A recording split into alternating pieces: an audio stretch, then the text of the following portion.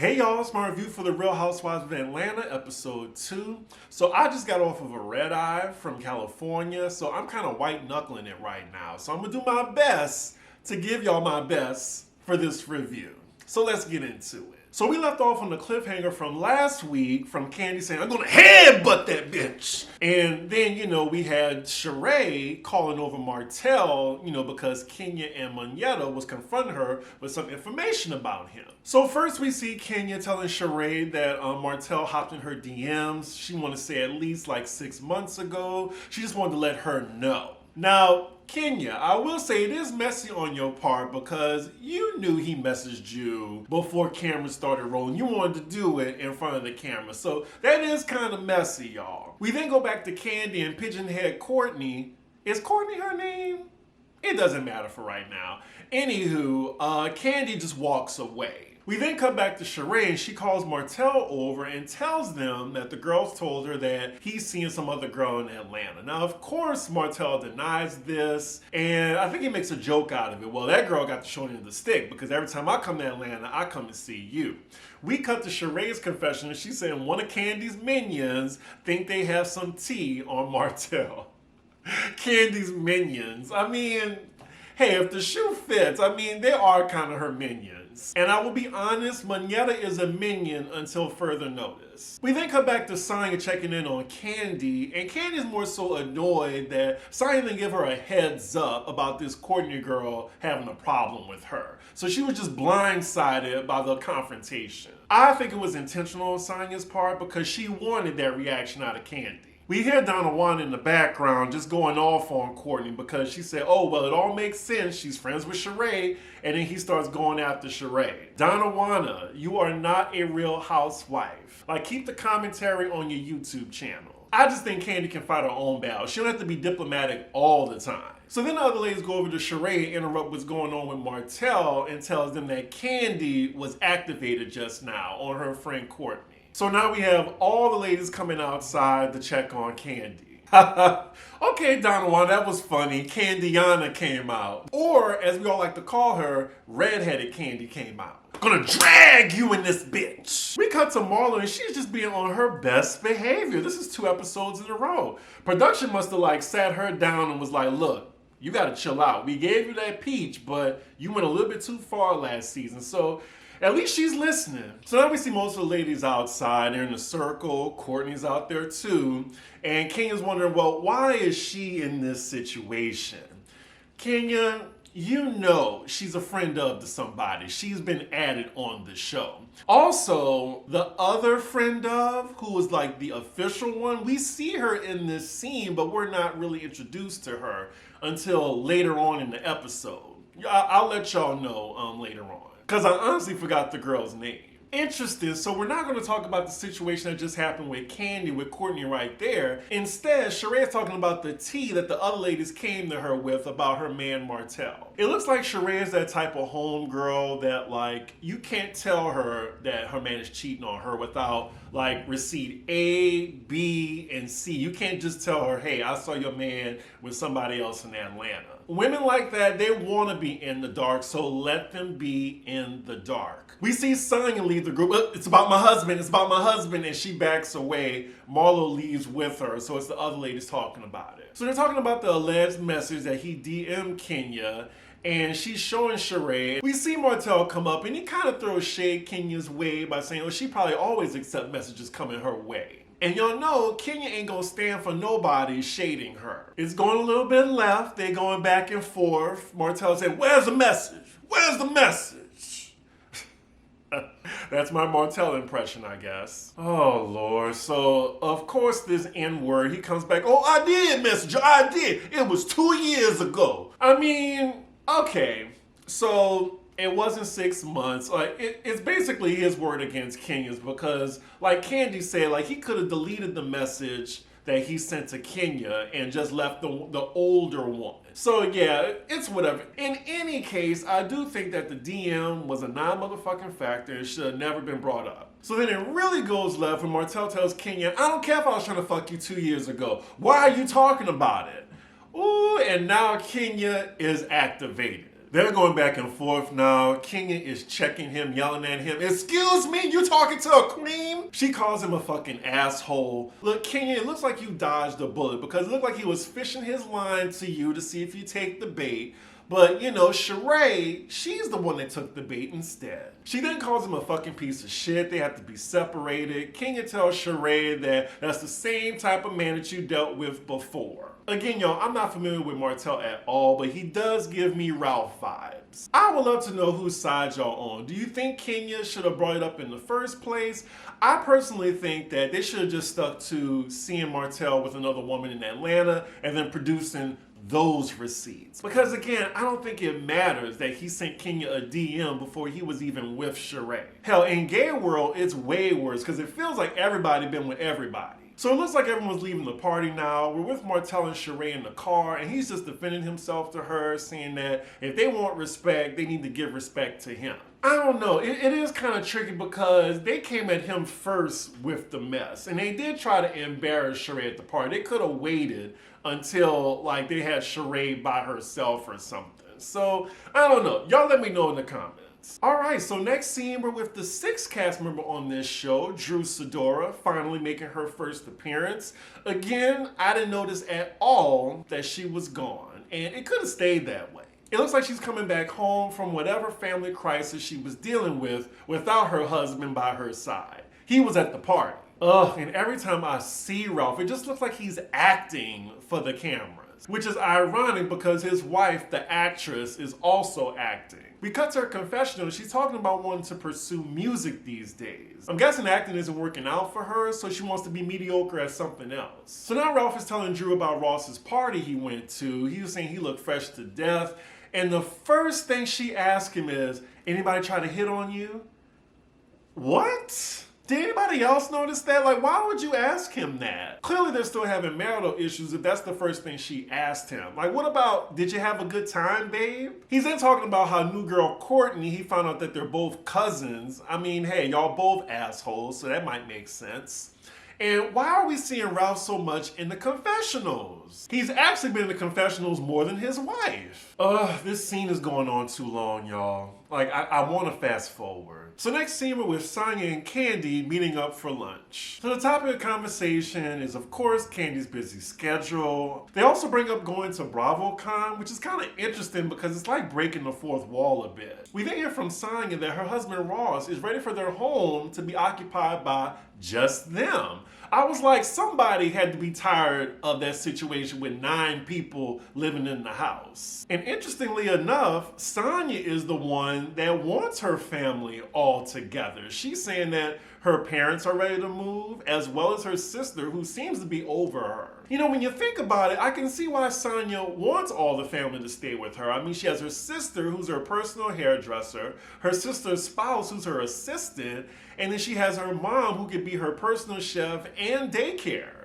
So when they all leave, she gonna have to do all that. So then they get to talking about Sonya's husband's birthday and all that happened, and Candy was saying that she didn't like how Courtney was being a bobblehead and approaching her. So then Sonya, she starts to play both sides of the fence and tells her what Courtney said, which we didn't hear in the last episode. So Courtney said that Candy was posting some restaurant or some club on Instagram, and then since she posted it, the whole hood started coming there. Basically, Courtney insinuating that Candy's just a little hood. Throwback to Dini Leaks season 2. Oh, Candy got Sonya with that question. So when they called me ghetto, what did you say? All Sonya has to say is, well, duh. Exactly. Sonya playing both sides of the fence, caught her ass. Production is so messy. They roll that beautiful bean footage. Sonya was laughing. She was tee-hee-heeing like she always do when they talk about Candy, particularly when she chose to be on the side of Sheree and Marlo. Cynthia Bailey will tell you, Sonya, that it doesn't always work out playing both sides of the fence. Ooh, and then Sonya just lying to Candy now. Oh, well, I said that I didn't feel like Candy would do. No, you didn't. That was a good question, Candy. And then we cut to her confessional with that big ass afro she got, saying that she clocked that tea and she knows Sonya didn't really have her back. So next scene, we have a little montage what some of the ladies are doing.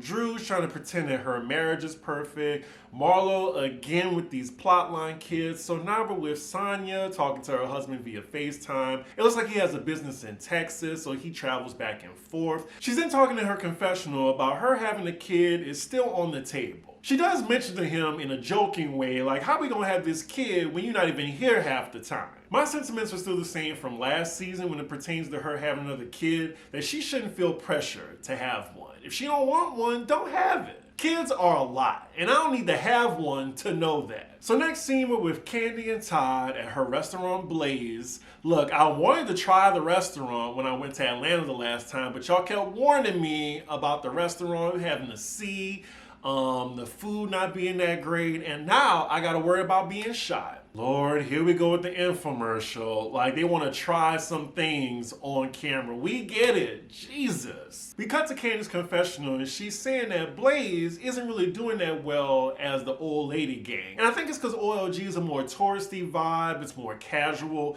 Blaze is a little bit more upscale. She then says it's on the more urban side of Atlanta. And since the pandemic, like, it kind of slowed down a bit. Now, I'm surprised Candy's using that verbiage, but I'm guessing she's saying that it's in the hood. I mean, my Atlanta people, like, I haven't been there in a long time, probably like 10 years. Y'all let me know, like, what's the neighborhood like around Blaze? I also didn't know that Blaze was the restaurant that the shooting happened. I thought it was at the other OLG near Cascade, but no, it was at this one. I was kind of shocked because this is a more upscale vibe. And speaking of the shooting, we see Candy's cousin, who was the victim in that altercation, come to the bar to try food with them. Oh, and look who it is. We get a little cameo from Philip from Candy and the Gang. Do y'all miss that show? I really do think it deserved the second season. Good grief, here go Todd again wanting to open another restaurant, a Mexican one that's down the street from Blaze. Like, you already have one restaurant that's struggling, why open another one? Then he talking about Ace's Pizza. Like, what is his passion? I think his passion is just making money. It's not even hospitality. It's just he wants to make money from it. And then Candy brings up, well, what about the script that you're writing? Like, don't you want to do that? And he's like, yeah, well, the money that we make from the restaurant, we could funnel that into making our own production. Whew, Todd and his schemes, I tell you. I mean, it's been working out for the two of them, so I can't hate. Okay, so I jumped the gun on that scene. So now Melvin, Candy's cousin, comes in this scene. We also see that his arm is still in a sling, and I'm wondering, like, what was the time difference between now and the shooting that happened? So as they're bringing out the food and they're trying it, we see production break the fourth wall. Can I ask you a question? It was just so weird how he came to them and he tells them, well, you're not going to talk about the elephant in the room. And Candy and Todd tells him no, because this is an ongoing legal matter. They can't really talk about it. Someone reminded me that Todd used to be a producer himself, so he knows exactly what he's doing. But like, why did they invite her cousin in the scene in the first place if they weren't going to talk about it? That was just kind of weird to me. But then Candy gives us the tea in her confessional, and she tells us what happened with the altercation. And it was actually a disgruntled employee that shot her cousin. Not in the restaurant, out back. At least they took it outside. Ooh, and here go the articles about the shooting from production. Shout out to Love B. Scott. We then see what the other ladies were thinking about it in their confessionals. Kenya was saying how unfortunate it was, and Sheree, I didn't mean to laugh at that, but she said, when we go to old lady gang, we don't know if we're going to get biscuits or bullets. First of all, that was rude. Second of all, it didn't even happen at OLG. Ooh, that was so shady. I really want to know what Candy thought about that quote from Sheree. I'm sure she talked about it on Speak On It. Candy said in her confessional that, it's unfortunate that it happened, but the crime rate is going up in Atlanta. I would love to know what my Atlanta people in the chat think about that. Is the crime going up? So next scene we're with Kenya as she's meeting a friend on a kiddie play date as they're in like this indoor tennis court. So her friend was the official friend of in the beginning of the season. Her name is Akila. She's the wife of a football player, and it looks like she was kind of boring. So then Courtney took her spot, especially when she activated Candy. Kenya says she knows Akilah because both of their daughters are best friends, which is very cute. They're both the same age. All right, this is cute. They playing tennis or whatever, but fast forward. Meanwhile, we see Sheree meeting up with Sonya for dinner. During their conversation, we found out that Sheree is a glam mother. Can't believe she's taking that from Nene. I don't see the problem with referring to yourself as a grandparent. I'm guessing she's associating that with old age. But yeah, her fine son just had a baby. So they're talking about the party, of course, and Sonya, again, she is riding the fence, this time with Kenya. Sheree is talking about how she didn't like how she referred to Martell as being aggressive. And of course, Sonya can relate to that because last season she called her husband aggressive, which I personally disagreed with. He was just defending his wife. Now with Martell being aggressive, I mean, I don't know. Like, I get it, y'all. We hate Martell, but I just think in that exchange between her and Martell, Kenya didn't need to feel threatened. Like, she held her own.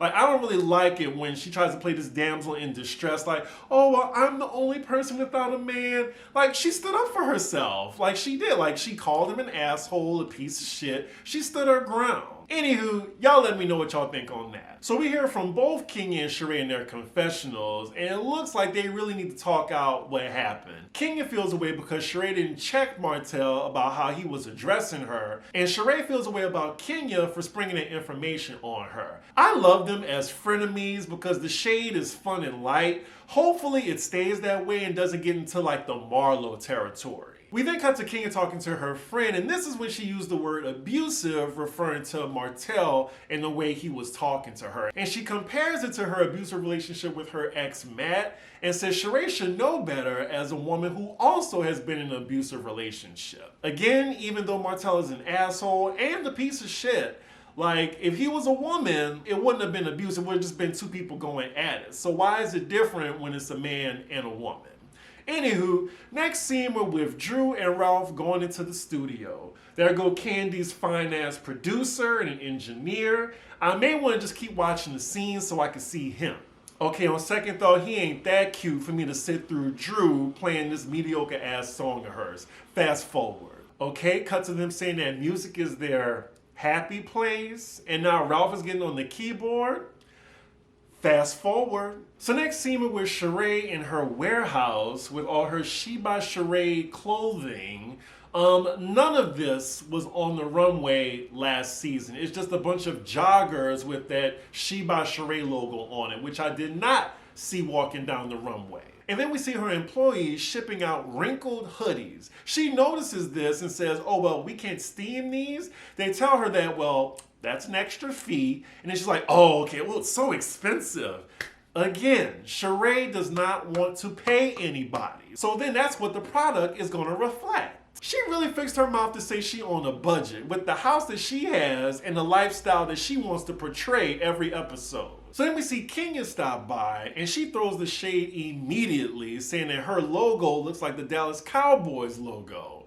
Frenemies, see, just light fun shade. So then they get straight to it to talk about what happened between Kenya and Martell. Okay, Kenya, I'm about to stop you right there. She's like, it's not like I came for him. Y'all were definitely coming for him at the party, you and Moneta. Sheree tells Kenya that she's surprised that the two of them didn't get along, and she says that Martell felt blindsided by the ladies. Kenya says that she doesn't know Martell, and she doesn't want to know Martell. Sheree tells Kenya that they've been together multiple times, and she had the chance to tell her that one-on-one. Why did she wait till the party? And Kenya says that I didn't know about it until I saw the two of you together. Okay.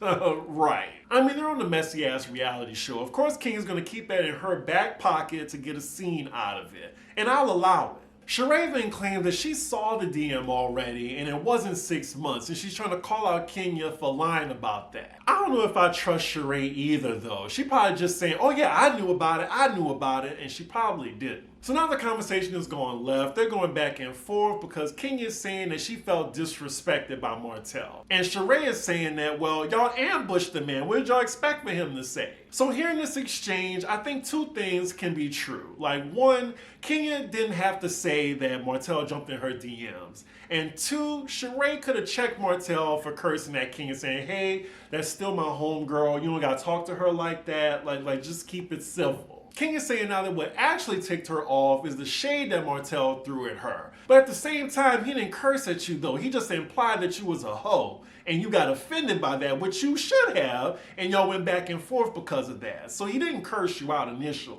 And then Sheree lying, saying she didn't hear that exchange, and production reminds us. It's hard for me to be on either side, y'all, to be honest. Okay, so now Kenya playing the gender wars now. A man should never speak to me like that, but then I could curse at him.